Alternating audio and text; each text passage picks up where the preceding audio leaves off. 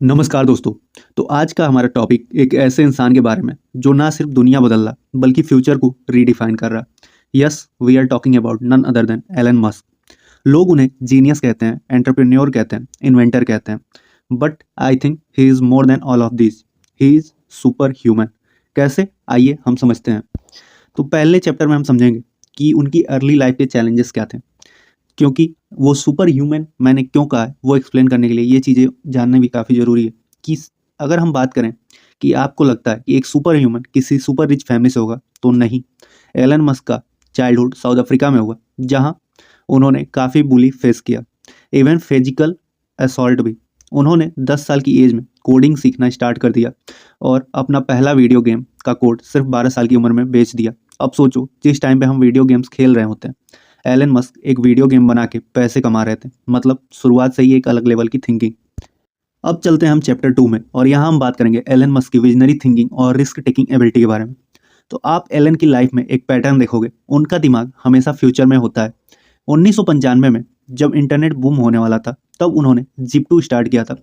फिर पेपाल के जरिए ऑनलाइन ट्रांजैक्शन का फ्यूचर बनाया। और जब सब सेफ खेलते हैं, एलन मस्क रिस्क टेकिंग से डरते नहीं है। जब पेपल बेचा और 180 मिलियन डॉलर मिले, उन्होंने उसका हर एक डॉलर अपने नए वेंचर में इन्वेस्ट कर दिया।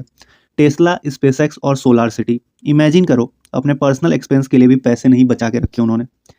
ऐसे रिस्क लेने के लिए सिर्फ मनी का नहीं, एक सुपर ह्यूमन लेवल का विजन और डिटर्मिनेशन होना चाहिए। अब चलते हैं हम अपने तीसरे चैप्टर पे, और यहाँ पे हम एलन मस्क की कुछ रिवोल्यूशनरी आइडियाज और उसके एग्जीक्यूशन के ऊपर बात करेंगे।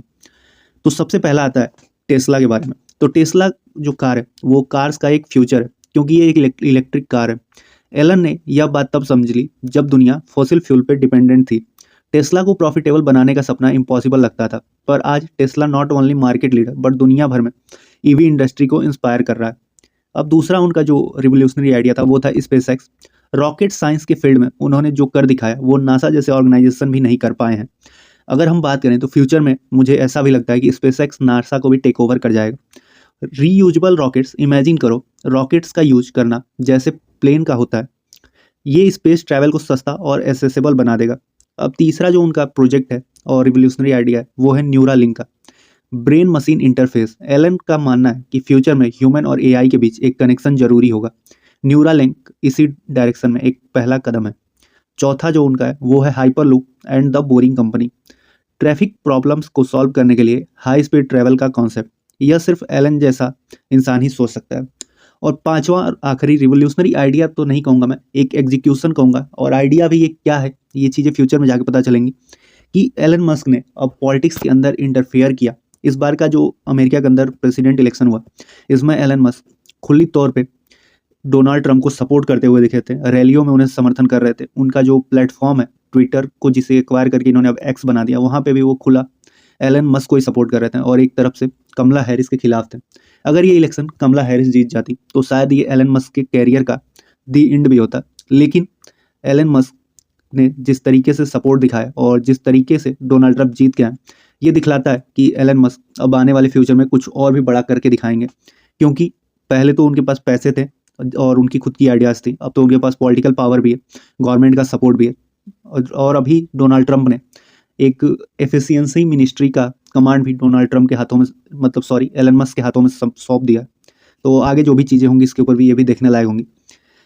तो अब चलते हैं हम अपने चौथे चैप्टर पे, और यहाँ पे हम बात करेंगे एलन मस्क की अनबिलीवेबल वर्क इथिक्स के ऊपर। तो एलन मस्क की जो वर्क इथिक है, उन्हें सुपर ह्यूमन बनाती है।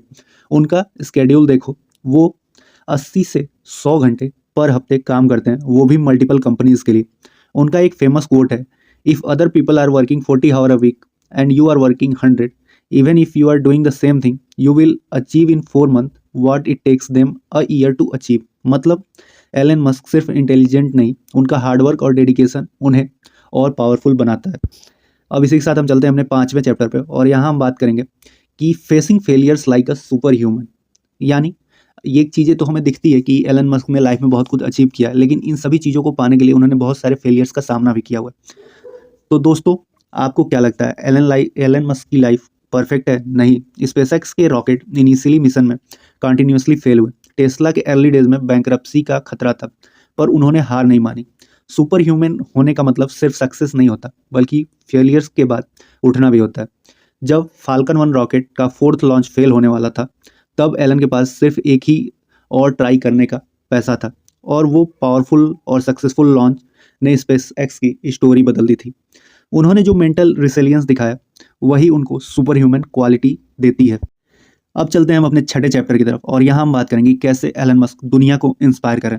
तो एलन मस्क एक ऐसे लीडर हैं जो अपने काम से दुनिया को इंस्पायर करते हैं। वो हमेशा कहते हैं, I want to die on Mars, just not on impact. उन्होंने दुनिया को दिखाया है कि अगर सोच बड़ी हो तो इम्पॉसिबल कुछ भी नहीं है। आज के टाइम में लोग उन्हें साइंस फिक्शन मूवी का रियल लाइफ हीरो समझते हैं। वो लोगों को मोटिवेट करते हैं कि अगर वो अपनी कैपेबिलिटीज़ को पुश करें तो एक्स्ट्रा ऑर्डिनरी बन सकते हैं। तो अब हम फाइनल सेगमेंट पे आ चुके हैं इस वीडियो के, और यहाँ हम यही जानेंगे कि क्यों वह एक सुपर ह्यूमन है। तो दोस्तों, एलन मस्क को सुपर ह्यूमन क्यों कहते हैं? क्योंकि पहला रीजन है, उनका विजन फ्यूचर में होता है। दूसरा, वो फेलियर से नहीं डरते। तीसरा, उनकी वर्क एथिक्स जो है वो एक्स्ट्रा ऑर्डिनरी है। और चौथा, वो अपने आइडियाज़ को रियलिटी में बदलने की हिम्मत रखते हैं। तो एलन मस्क सिर्फ एक इंसान नहीं, एक फिनोमिना है जो हमें सिखाते हैं कि अगर हम खुद पर विश्वास करें तो कुछ भी अचीव कर सकते हैं। बस यही था आज के वीडियो में। अगर आपको एलन मस्क के बारे में कुछ नए फैक्ट्स पता चलें तो कमेंट में हमें भी ज़रूर बताएं। चैनल को सब्सक्राइब करें, वीडियो को लाइक करें, और मिलते हैं हम आपसे नए टॉपिक के साथ। तब तक के लिए keep dreaming big and stay inspired. Good bye.